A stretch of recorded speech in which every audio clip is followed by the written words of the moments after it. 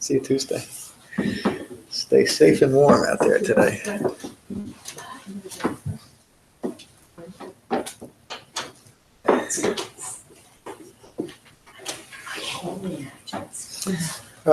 Today's I think it's the third talk, maybe the fourth, on the three marks of existence. Let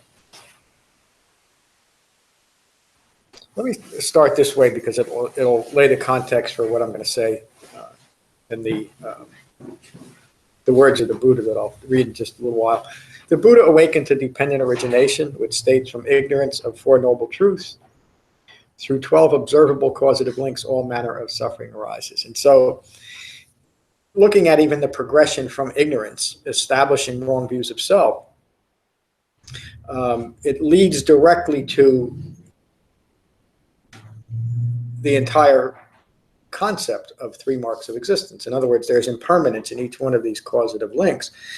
The initial establishment of suffering rooted in ignorance of Four Noble Truths then gives rise to mental fabrications or assumptions, false assumptions about ourselves in relation to the world we live in. And that, then the next link in the chain, I should probably say it this way, that in order for fabrications to arise, ignorance is required. The next link in the chain is consciousness, meaning ongoing thinking rooted in that ignorance, and that requires fabrications, false assumptions about yourself. The dependent origination concludes with the statement that this series of events creates all manner of confusion, deluded thinking, and suffering, in a word, dukkha. So that word dukkha means disappointment, unsatisfactory experiences, stress, all the way up to extreme levels of mental and physical suffering. Dukkha occurs in the world. As a consequence of having a human life, dukkha occurs. Included in the word dukkha are the elements of impermanence and anatta, the not self characteristic or wrong views of self arising from ignorance. Does everybody get that one point? And the dukkha includes, or you could say that it synopsizes the effects of impermanence and the not self characteristic anatta. And what I just said was that dukkha includes the elements of impermanence and the not self characteristic. The minor point that I'm making there is the Buddha always taught in lists and in numbers. In fact, there's a section of the Pali Canon that is, I can't think of the name of it right now, it doesn't matter, but it's related to numbers. In other words, if you remembered that a Buddha's teaching was on one subject, you would go to the book of ones. If you remember that the Buddha was talking about something that had four subjects, Four Noble Truths, you would go to the book of four. And that way you could remember where in this extensive presentation of the Buddha's teachings, exactly where the teachings were. So the Buddha taught in lists. And this is something I just started really getting and understanding about 6 months ago. It's included in the commentary in Anapanasati Sutta. Included in any of these lists of subjects is a synopsis of the broader framework of the entire Eightfold Path. So you could look at just the word dukkha, and as you continue to understand dukkha, you realize that every reference and every teaching the Buddha ever gave was in reference to dukkha in some way. And then looking at the Four Noble Truths is the same thing. The Four Noble Truths are an expansion of where dukkha arises and how to bring dukkha to its cessation. But the essential element is that underlying dukkha. And again, this relates to the three marks of existence. So when you understand the three marks of existence, the impermanence of all things, the not self-characteristic anatta, which simply means that the views we hold of ourselves are wrong views, let go of the views. That's the Buddha's usage of the term anatta. And the resulting dukkha, suffering that arises from a misunderstanding of the interplay between impermanence and the not self-characteristic. Everybody get that? Sorry. So again, the point is that the three marks of existence describes the ongoing common human condition of dukkha. The first noble truth is that dukkha occurs. The Buddha describes dukkha in this way, and this relates directly to the not-self characteristic and the impermanence of all things. And remember, an aspect of impermanence is uncertainty. The Buddha describes dukkha in this way. Not getting what is desired is dukkha. So do you see the elements of impermanence and the not-self characteristic there? For me to say I'm not getting what I want, I have to have a pretty strong established sense of self, don't I? And that sense of self in the relation to that statement is rooted in wrong views of self, that I can somehow satisfy myself by attaching or getting something external to myself. Another aspect of not getting what is desired is that everything is impermanent. So even when I get what I'm looking for, what I think I need to make me happy, no matter what that is, there's an element of decay and impermanence in that object. So there's no ultimate satisfaction even when I get what I want. The next line in the Buddha's description of dukkha is getting what you don't want. Getting what is undesired is dukkha.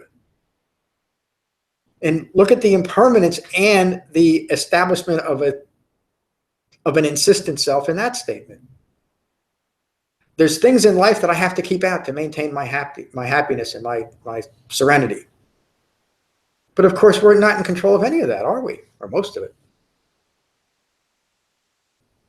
An aspect of life, let me go back to the beginning of how the Buddha started his description of dukkha. First, he said that birth is dukkha, birth is suffering, sickness is suffering, aging is suffering, death is suffering. So that's an element that every human being has to go through if we're going to have a human life. And in that process from birth to death, there's going to be times when we're going to want more than what we have. It's an aspect of I-making. And it rests on impermanence. Even though I just got a brand new car, I can't wait till next year when I can justify getting myself a new car. You're never satisfied with what you want, because a self-referential ego self, because of the impermanent nature of the environment in which it has established itself, is never satisfied. And then along the way, I might get what I want. And as soon as we're born, we start having these experiences of life imposing things on us that we don't want, including sickness and aging, right? There's an aspect of impermanence and uncertainty in that. The next line usually is being separated from what is loved or what is desired is dukkha, meaning once we have something, we're prone to losing it in all types of different ways because of the impermanence of all things. Because of the impermanence of physical objects, the impermanence of personal relationships, the impermanence of governments, the impermanence of the price of gas. It all can bring suffering, can it? And then the Buddha would say, in short, the 5 clinging aggregates are dukkha. The 5 clinging aggregates are form, physical form, and that relates directly to the initial explanation of dukkha or description. Feelings, perceptions, mental fabrications, and consciousness. All 5 of those elements are impermanent in nature, aren't they? In fact, the Satipatthana Sutta, and when we get into the Anapanasati Sutta, it'll have even more relevance, points directly to the second element of the 4 foundations of mindfulness, is to recognize the impermanence of feelings arising and passing away. The next foundation of mindfulness is to recognize the arising and passing away of our own thoughts. Leading to the 4th foundation of mindfulness, the present quality of mind. And that present quality of mind, that 4th foundation of mindfulness, relates to whether we're reacting to the arising and passing away of temporary feelings and thoughts, meaning in some way that we find them unacceptable, or which would lead to a less than peaceful mind state, dukkha, or by developing a well-concentrated mind through the framework of the Eightfold Path and simply recognizing as life unfolds that feelings and thoughts are temporary, and maintaining mindfulness of what's occurring in the present moment without the need for it to be any different than it is. A phrase for that would be radical acceptance of our own life. That radical acceptance of our own life is rooted in right view or profound understanding of the nature of suffering. We no longer react to things because we understand the impermanent nature, and we cease taking anything personal, meaning self-identification. Again, that last statement is a synopsis of the 3 marks of existence. We understand the impermanence of all things, Anicca, and we cease taking anything personal. We're no longer stuck in wrong views of self, Anatta, and so we no longer create that third element of the 3 marks of existence, of suffering in our own lives. Is that clear? Okay, let me read a few, and that really is a complete synopsis of how to understand the 3 marks of existence. And so the 3 marks of existence are something that is a common human occurrence. That's why it's called the marks. We all carry the mark. Having a human life means we carry the mark of, or the experience of, impermanence, the not self-characteristic, and the resulting dukkha. That's what the phrase refers to. From the article, through the development of all factors of the Eightfold Path, insight into impermanence, uncertainty, and clinging arises. Does everybody see that? How the Eightfold Path was presented by the Buddha to bring insight into, and specific insight into, the 3 marks of existence. There's no questions about that. You see how it relates? It's sort of interchangeable, right? Can you say it one more time? I'm sorry. I got distracted thinking about what you said right before that. Well, let me read what I wrote. Through the development of all factors of the Eightfold Path, insight into impermanence, uncertainty, and clinging arises. So the Buddha taught, excuse me. Remember how the Buddha's first teaching began with this: dukkha occurs. To establish his teaching. And within dukkha is the elements of impermanence and the not self-characteristic. So then the Buddha, that's the beginning of 4 Noble Truths. The 4th Noble Truth is that the path leading to the cessation of dukkha is the Eightfold Path. So the Eightfold, and when the Buddha describes right view, he describes it in this way. Right view understands at a very profound level dukkha. It understands the arising and the passing away and its causes. Laura, you had a question? Well, it's just that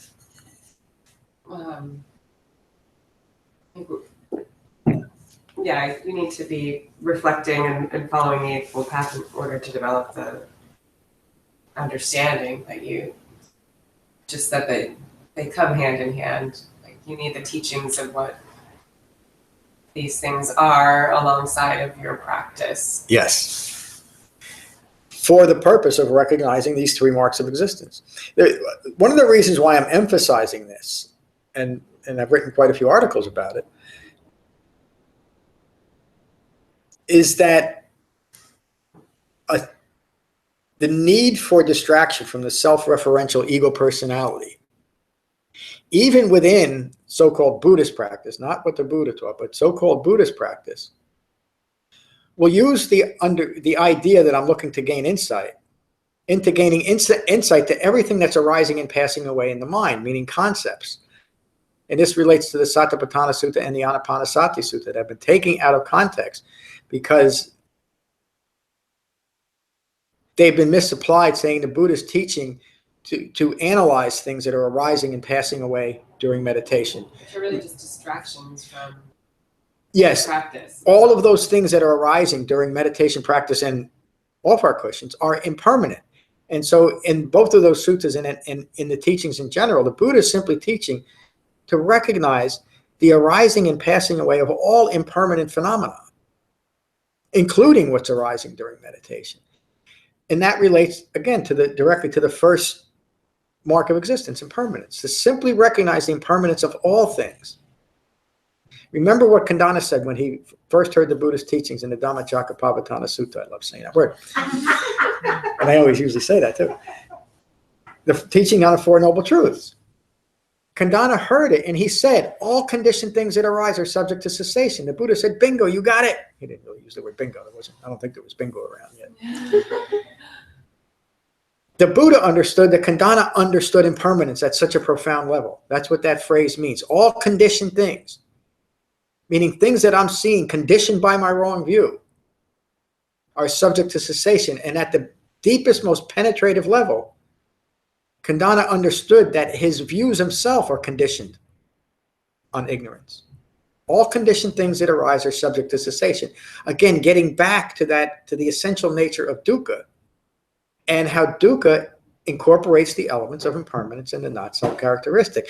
So the Buddha recognized that because of this initial ignorance, remember dependent origination, because of this initial ignorance, a mind rooted in ignorance has no way to understand that it's ignorant. How would it? If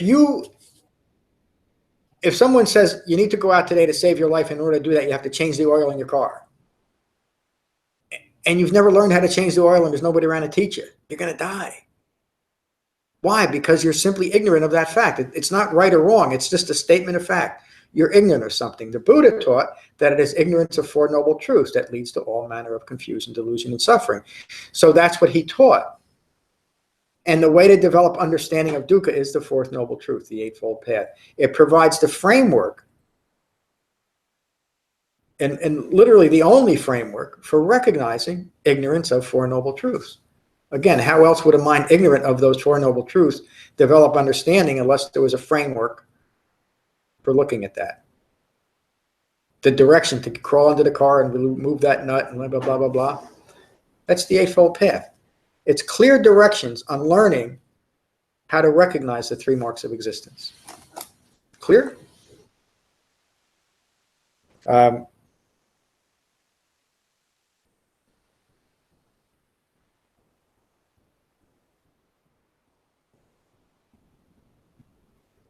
Understanding how ignorance contributes to the establishment and maintenance of a self develops the ability to abandon all wrong views of self.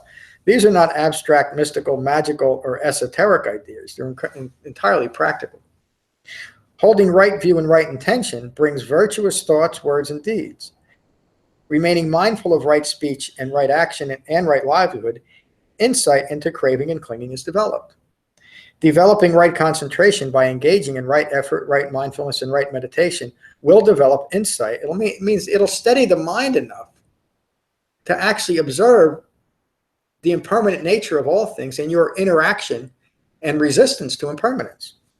Will develop insight into impermanence, unsatisfactoriness, and your self-referential ego self. It is possible to understand and abandon the process of the establishment of not self. Releasing the clinging, in fact, that one sentence points to the impermanent nature of all things. If things weren't impermanent, impermanence is part of the problem, but it's also part of the solution, which is what the Third Noble Truth states. Cessation of this process is possible. If impermanence wasn't part of the environment that delusion and awakening are a part of, we wouldn't be able to awaken. We would just be stuck in this permanent state of delusion. So impermanence is not something to resist. It's something to understand. And it's something to make practical use of. We can change ourselves. It's up to us. And there's no outside force that can act on us to change ourselves. It's an inside job. We do it ourselves. Through developing a well-concentrated mind and the refined mindfulness of the Eightfold Path. Why it's called a path. Releasing the clinging necessary to maintain the deluded views of self is awakening. The Buddha describes awakening simply and directly, without any ambiguity, esoterica, or magical thinking. The Buddha's words, awakening is understanding stress. You think it's possible to understand stress? Not that big of a deal, is it? Let's do it today. Abandoning the cause of stress, craving and clinging. You think it's possible? Yeah, let's do that today. The Buddha continues, experiencing the cessation of stress. Possible? Think we'll do it today? And finally, the Buddha concludes this description of awakening and developing the path leading to the cessation of stress. Is that possible, developing the Eightfold Path? Yeah, it is. The Buddha often qualified his teachings by saying, if this was not possible, I wouldn't teach it. He wasn't interested in teaching anything that human beings couldn't develop in this lifetime, and I would say in this present moment, with enough right effort. As has been my words, as has been seen, the ego self is also included as dukkha. Developing profound understanding of what appears as a self and ending craving and clinging is awakening. The Buddha described awakening as understanding dukkha. Understanding dukkha is understanding all three marks of existence. So he could have just as accurately said, awakening is understanding the not self characteristic. Understanding the wrong views that we've attached ourselves to, that we've used to describe ourselves to ourselves, that only continues ignorance. And do you see this, the feedback loop that the Buddha talks about and we talk about here in that? I've created views of myself that are wrong views. And yet I insist that those views describe me. And the act of clinging to those views because of self-reference to those views compels me to maintain those views no matter what arises, no matter what appears in my life that would otherwise draw attention to the fact that I'm living my life rooted in wrong views. That's ignorance. An important aspect of ignorance is creating strategies within ignorance to continue to ignore ignorance. We all see that, don't we? That's the feedback loop that the Buddha describes. There's just one other statement that I want to and finish this with. When you look at this process, Lorna was talking about this a little earlier, I think Tuesday, and it comes up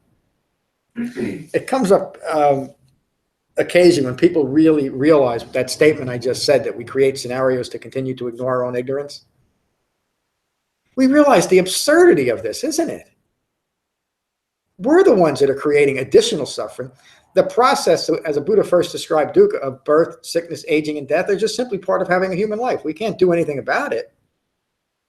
But we should at least appreciate the fact that within that overarching aspects of dukkha, we have complete control over what we're going to experience. In other words, we don't have control over occasionally getting sick. We don't have control over aging and dying. But within that time frame, whether it's moments or many decades, we have the opportunity to recognize and abandon wrong views of self rooted in ignorance and awaken. The whole point of a human life is to do that, isn't it? If we want final satisfaction, if we want to develop an aspect of our life when we're not always craving and clinging after experience to keep me happy, if we want lasting peace and happiness, as the Buddha described that as a mind resting in equanimity, we recognize and abandon our own contributions to suffering outside of birth, sickness, aging, and death. That's what we have control over. That's what true mindfulness is for. And the Buddha concludes this teaching on developing this understanding with these words. The perceiving of impermanence, dear ones, developed and frequently practice. Frequently. Doesn't mean that we have to do it 100% of the time, but frequently practice, right effort. Removes all sensual passion. Removes all passion for material existence. Removes all passion for becoming further ignorant. And it removes all ignorance. Finally, it removes and abolishes all conceit of I am. Conceit of I am is simply another word for anatta. The stressful, continuing need to establish a self-referential ego self that is rooted in ignorance. Removes and abolishes conceit of I am. And he concludes this with saying, one of my favorite sayings in the Dhamma.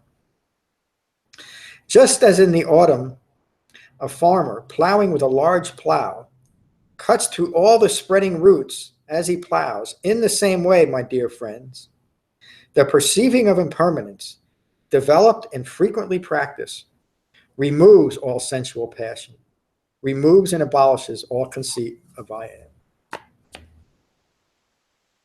Okay. That's a pretty good way to finish this series of talks, isn't it? Recognizing and abandoning this removes, cuts the roots out of ignorance. Wonderful, isn't it? That these teachings are still here and that we all agree that we can develop it and awaken. So, any question about this talk or this series of talks, and then we'll go around the room? Lorna. I've got a mental picture of my lifeline and my thinking going back to who I was, or who I thought, all these referential thoughts that you're talking about. And I can draw a diagram how I think it is. Which, if you think about what's shown on the diagram, you're thinking going back into the past, into your past, my past, to create yourself in the now. No, not using that word. I didn't say that word. I didn't say that. That's fine. Time, What's occurring? Yes. In the present time, you can see it doesn't work. It just doesn't work. Yeah. So if you don't mind, I'll draw it out on a little piece of paper, and I'll just explain it to you sometime. That would be great. That's such a profound statement. There's references in different suttas where the Buddha's talking about past lives, and notice I hardly ever talk about that because to me it's unimportant. But I think what's most important is in most of those references, he's talking about things also in this life that formed the view of himself as he developed. And that's the significant thing about looking into not past lives, but past experiences in this life.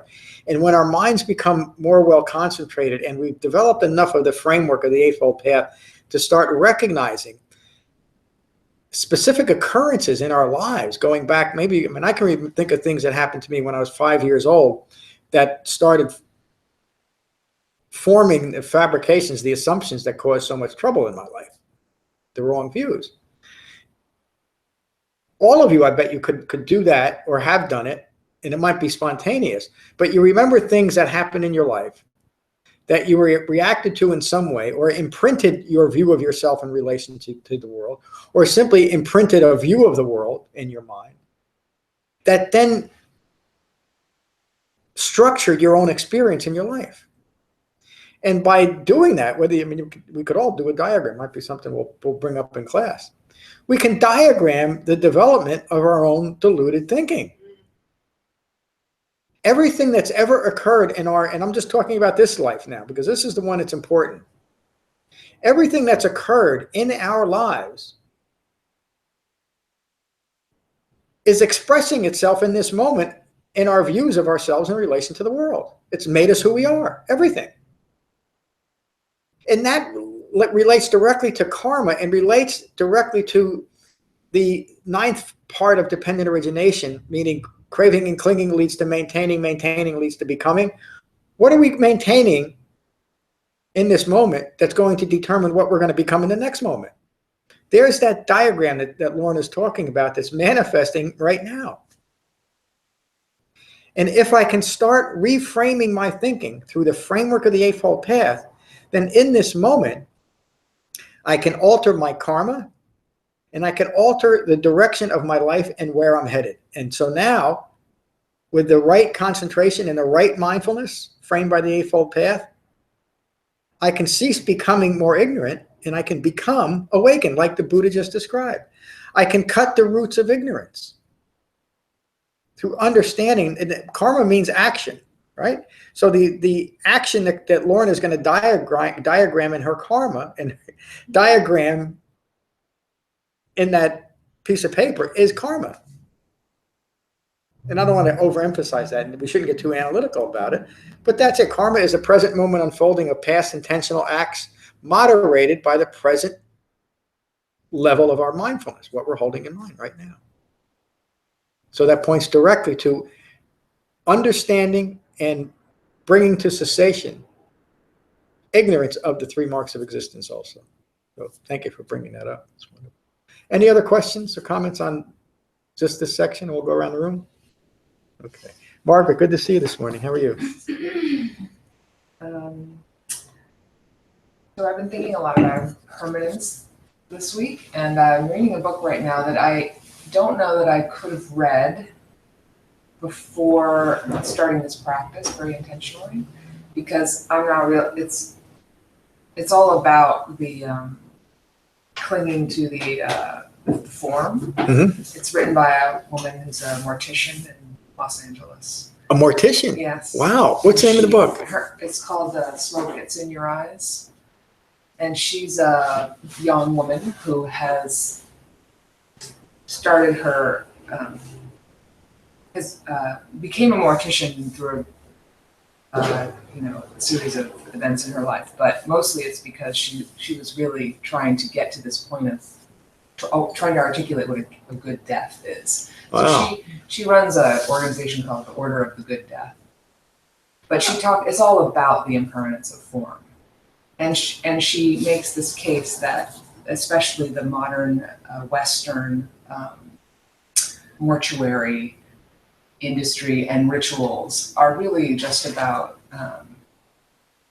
allowing us all to cling to this perception that we're not impermanent, right? That it's so her whole purpose and mission is to just build this acceptance that you die and the form ceases to exist, right? It's impermanent. And so how we become so distanced from not just death as a concept or a reality, but the corpse itself, like what happens to a body when it dies. Yeah. So the book is all about that's just very real sort of articulation of what happens. So I'm just thinking a lot about that. And it's oddly comforting. Yes. I don't know why it's so comforting, but it just sort of eases the anxiety. Oh, it's certainly because we start accepting it. Right. Even just having in a general conversation, we learn to accept it a little bit more. In both of those important suttas, the Satipatthana Sutta, the Sutta on the Four Foundations of Mindfulness, and the Anapanasati Sutta, the Sutta on breath mindfulness, the Buddha references what happens when a body dies. And you get, it's pretty graphic about the decomposition and the fluids and all this stuff. But he teaches it, and there's some schools that make meditation on that. In other words, contemplation isn't meditation, but you contemplate this process. The Buddha taught it just to recognize, why be so enamored with your body? Because this is what happens to it.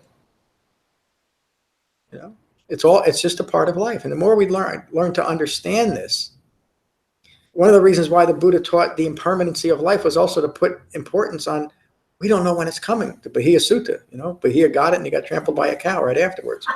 He didn't get a chance to enjoy his awakening. Get to it, folks. That's what the Buddha means. Get to it. We don't have forever. We all end up like, and the thing that got the Buddha going in the first place, it really started him looking at the common human problem, was when he first saw a corpse for the first time in his life. And he started getting an understanding of the impermanence of all things by recognizing that. Moment by moment, the last words of the Buddha are, decay and impermanence are relentless. Strive diligently for your own awakening. We're in a process of dying right now. We shouldn't become overly focused on it or even fearful of it, but just understand that that's what's going on. Let's awaken right now. Thank you for bringing that up.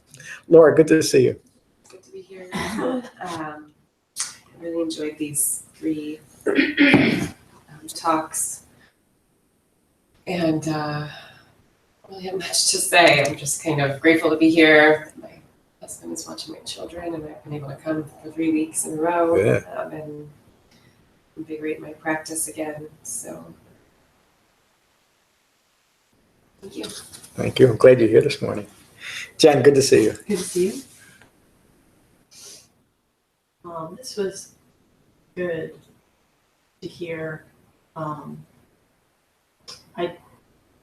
feel like impermanence, like the idea of impermanence, is always kind of cuts through dukkha in an odd way, so that when I see myself, or when I recognize that I'm clinging, craving, tense, whatever it is, you can get kind of in this analytical place where you start analyzing the story of impermanence, how you are relating to an impermanence or uncertainty, and how that's upsetting you and that kind of thing. But then you just think about how the ego in this moment is impermanent. Like whatever's upsetting me is not going to keep upsetting me because I'm not with it. That really, that idea, and really settles it down. And so when you said something that kind of pointed to that, where impermanence is in all of the teachings, it's kind of in everything. And so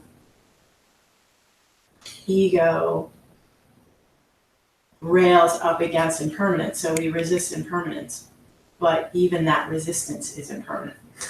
Hopefully. That's the part that like helps me somehow. Yeah, that's such a profound explanation of the interwoven issues of the three marks of existence and how resistance to impermanence creates more dukkha, but even that is impermanent. We can extricate ourselves from that, from understanding the process. Then that's really the key. We have to understand what we're doing. And recognizing that no matter what's occurring in this moment is impermanent can immediately relieve the ongoing tension from that. Even if it's unpleasant, at least we might have the continuing unpleasant quality of mind might continue, but the added stress of needing it to be different is gone then. Mm-hmm. Yeah. And we also can gain a deeper understanding of the nature of suffering that way, because we're at least present for what's occurring. And the other aspect, excitable pleasure, is also an aspect of dukkha when it takes us out of ourselves, when it creates the need for more of what's giving us excitement or bringing us pleasure. That's an aspect of dukkha too. And if we remember when something wonderful has happened, that this too is impermanent, it'll keep a mindful balance to what's occurring. We won't lose our minds over it. And for some reason, when I say something like that, I think about the many, many lottery winners that 3 or 4 or 5 years later, they're dead broke. And some of them, did even worse things than that, because they were so enamored with something like this. They couldn't wait to over-exaggerate it by spending all your money. You would lose your minds over it. Remembering impermanence brings, understanding impermanence is understanding dukkha, and it brings peace and calm in this moment. Thank you for bringing that up. Diane, good to see you.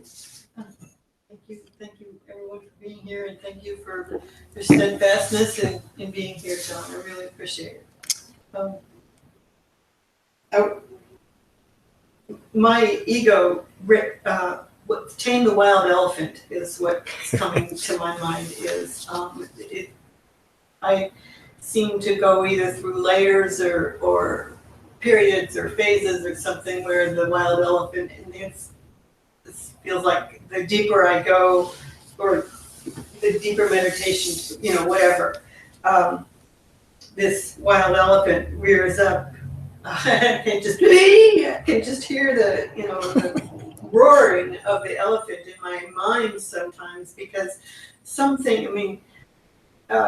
this timeline thing I've gone through, and there are gods in my life who said this is the truth, or this is what you are. This is what you are, Diane Elaine, or whatever, whatever.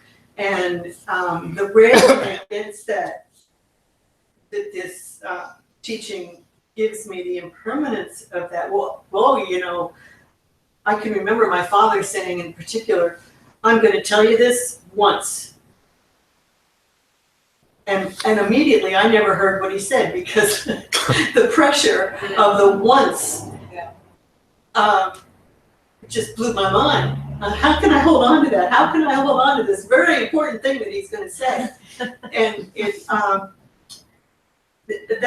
all of that is getting dusted out and cleaned out and wiped away on the timeline kind of thing.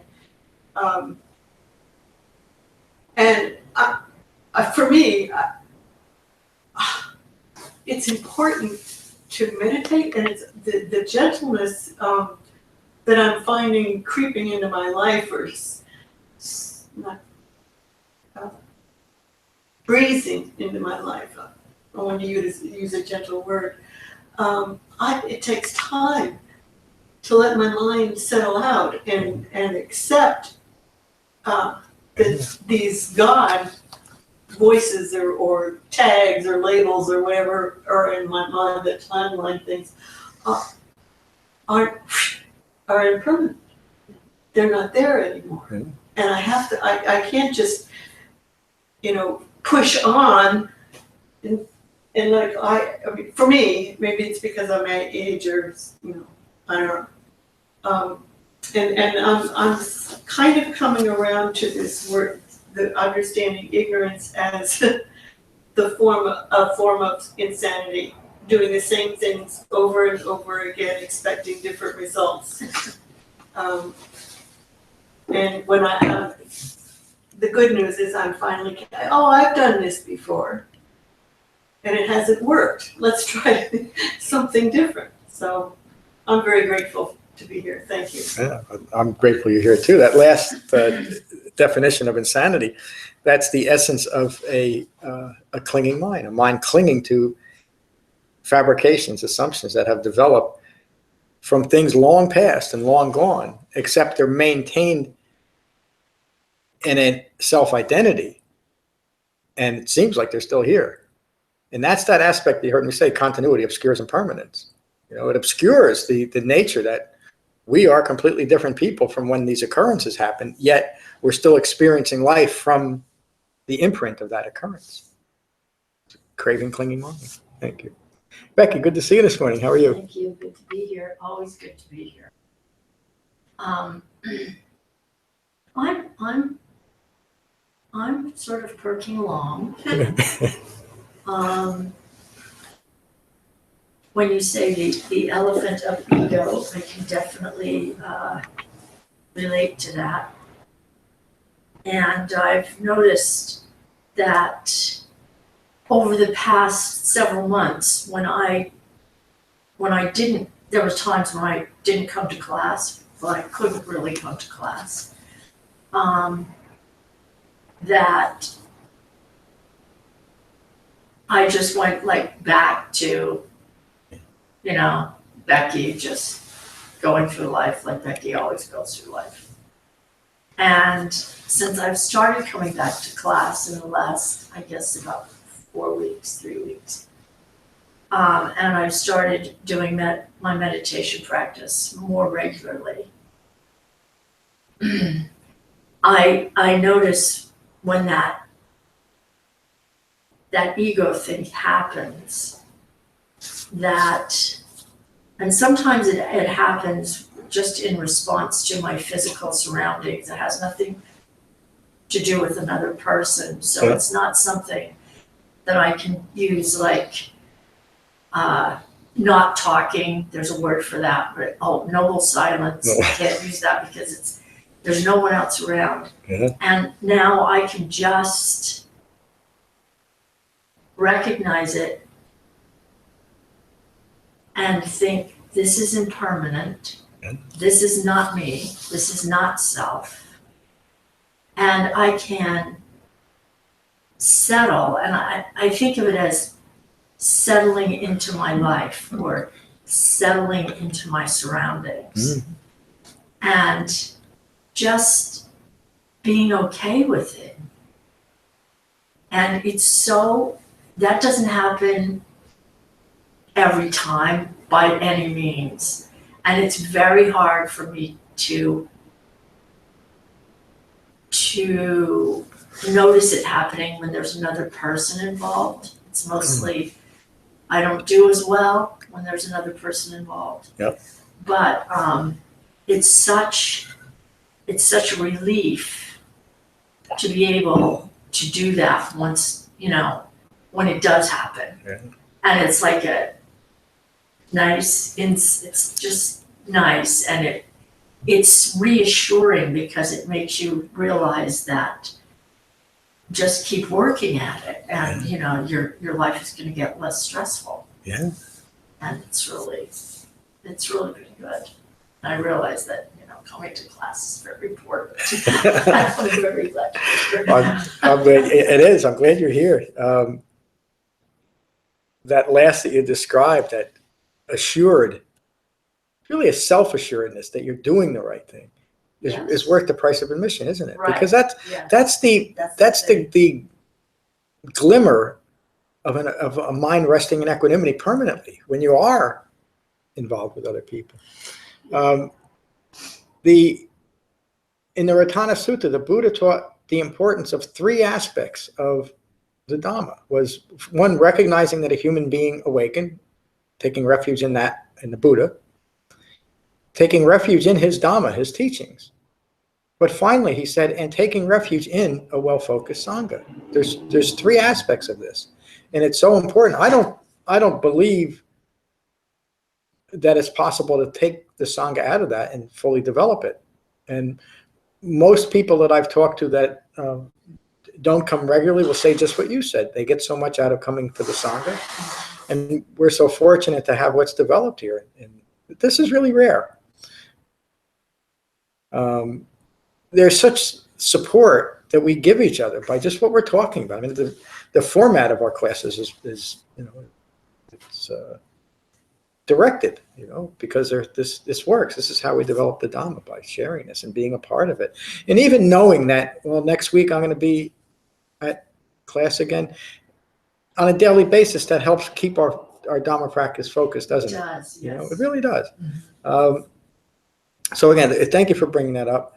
And all of that relates to understanding dukkha. Because of a mind rooted in ignorance, when we step away from the Dhamma in general, just a little bit, our mind, that ignorant part of our mind, takes over and takes us way away from the truth, doesn't it? From the Dhamma.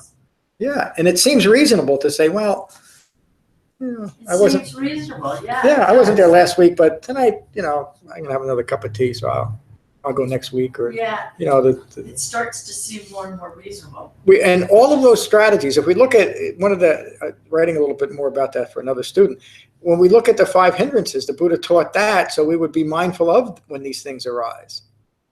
Skepticism and doubt and laziness, just don't want to do it. But the point is that any human being can do this, but the catch is you have to actually do it. You can't just want to be a Buddhist or want to awaken, you can't just, light a candle here and there, or maybe put a couple little statues around. You got to actually, all those things are extraneous. They don't matter at all. What you have to do is meditate and develop the framework of the Eightfold Path. And then we get to awaken. And we all agree, right? I heard you say it. We all agree that we can do it. Hopefully today. Mary, good to see you this morning. It always intrigues me about how the Buddha says the same thing many different ways. Yeah. And that's what makes it possible, I think, for anyone to get this, because he says it in so many different ways. It's bound to click. I can't imagine it wouldn't click with anyone. Yeah, that's right. Hearing all the teachings and the way he laid it out, I mean, he really was an amazing person. And I appreciate being here, and I'm so glad I found this. I mean, I don't understand why this classroom was packed. I don't either. Yeah. But it's kind of nice, like it. Yeah, it is, but I mean, it's hindrances. It is as hindrances. I mean, there's so much available. I mean, teachings and available to anybody. And, yeah. Good to be here.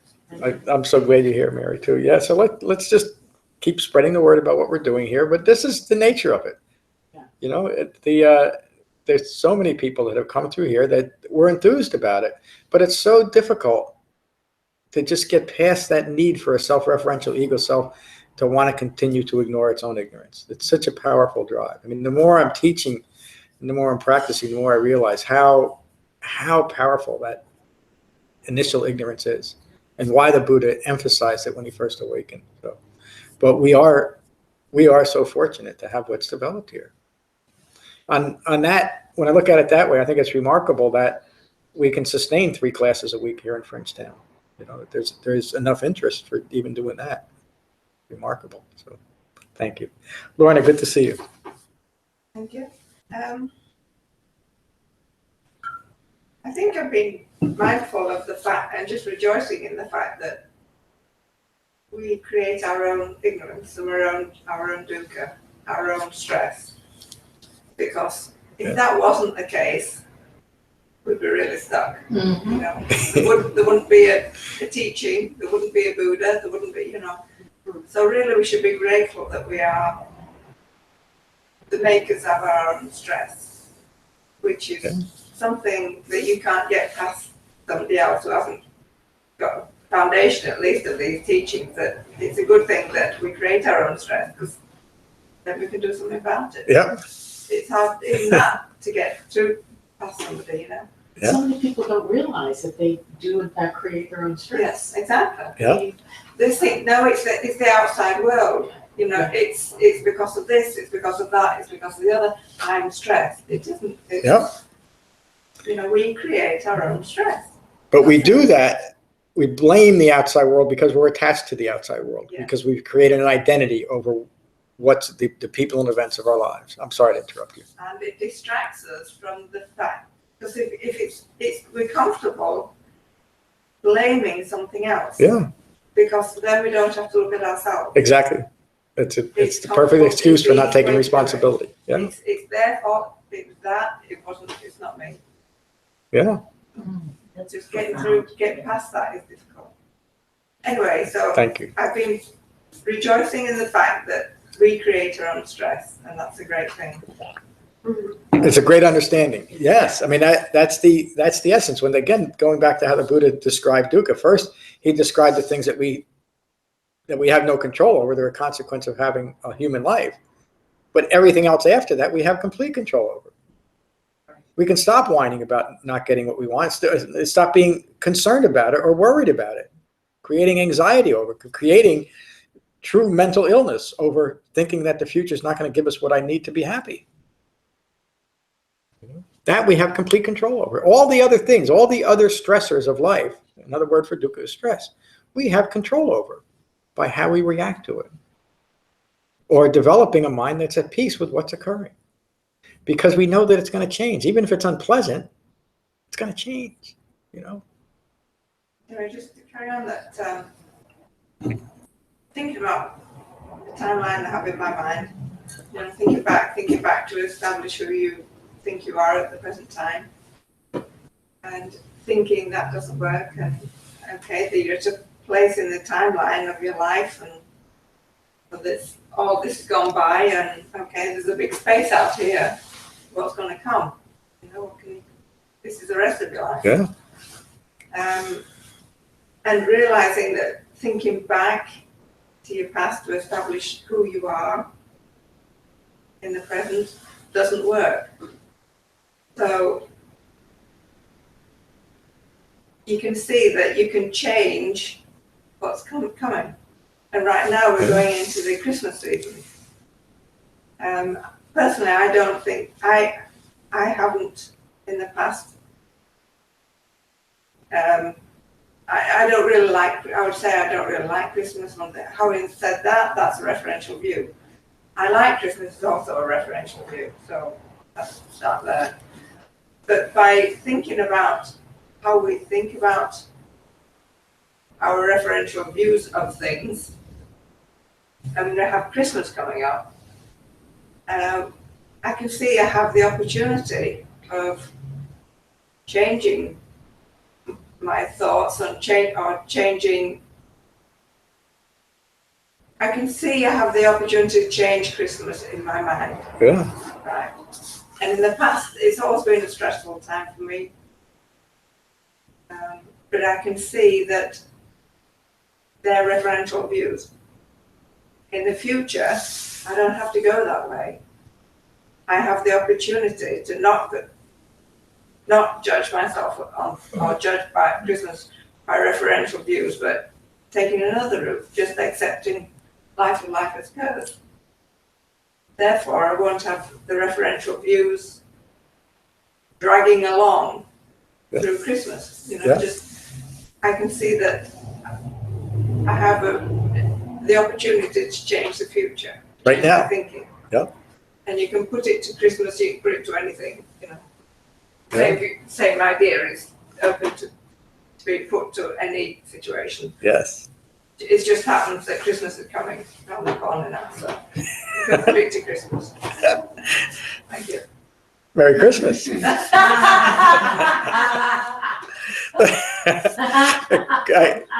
Christmas is probably one of the best examples of that, how anticipation and expectation creates so much stress in our lives when it's, it's going to occur no matter what I think and feel about it. And I found that I enjoy it a whole lot more when I don't think too much about it. Thank you, Diane. I used to tell my kids when I was steeped in ignorance, nobody goes to sleep thinking bad thoughts. Nobody goes to sleep planning evil, planning to hurt Don't somebody. be so sure. Oh, Well, I told my kids Don't that be so because sure. I believed that. And then I wised up somewhere along the line. And that's to me the pertinence of this right now.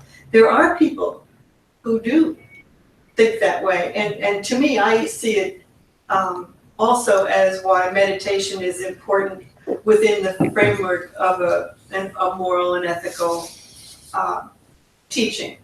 Because, you can meditate on evil and how to hurt someone and stuff like that. And that's, to me, that's what the Christmas thing is. People do think, how can I create stress for these people so that they will buy or think they need or have this illness, or, the list goes on and on. And to me, that's where meditation comes in, is the power of discernment and wisdom of, at least knowing my own mind, knowing my life. That, to me, that's the gift of meditation. Yeah, so you're not contributing to that type of suffering. The first noble truth, dukkha occurs, includes all human beings that are rooted in ignorance, including minds that will go to sleep thinking about who they can hurt the next day. That's an aspect of ignorance that we can understand. It doesn't mean we approve of it, but we understand where it comes from. It's all part of the Buddha. The Buddha, he wasn't some Pollyannish, and I'm not saying this doesn't refer to what you're saying, but he wasn't some Pollyannish kind of guy where why can't we just all get along? He understood we can't all get along because dukkha occurs, because there's a whole, in the Loka Sutta, he looked out on the world upon his awakening. He said the world is a flame. The world is just as a flame now as it was 2,600 years ago. The solution is to take to the Dhamma and awaken so that we're not contributing to the stress and suffering of the world. That's the only thing that's going to change. And it starts, and the most amazing thing about all this is it starts with me. All of us, and I've said this often, everybody has compassion within them, unless you have some specific type of psychotic behavior or psychotic thinking, and even those people sometimes can be helped. I'm talking about moment by moment. We care about each other. We care about humanity. Every one of us does. We just don't know what to do about it. So we think that we need to change the external world because our focus is external. We think we can change the world through legislation and social engagement when we can't. And it doesn't mean we shouldn't try, but we should understand that the most powerful change we can take is within ourselves, and to change our own deluded thinking, to go from ignorance to wisdom, to have a profound and penetrative understanding of the nature of suffering, our own and in the world. In that way, we will stop reacting poorly when things arise in the world that are objectionable to us, because that's just wanting things to be different, and it's not helpful. But what we can do is awaken. Again, remember, when you leave here today, you all agreed that we can do this, and we're going to do it today.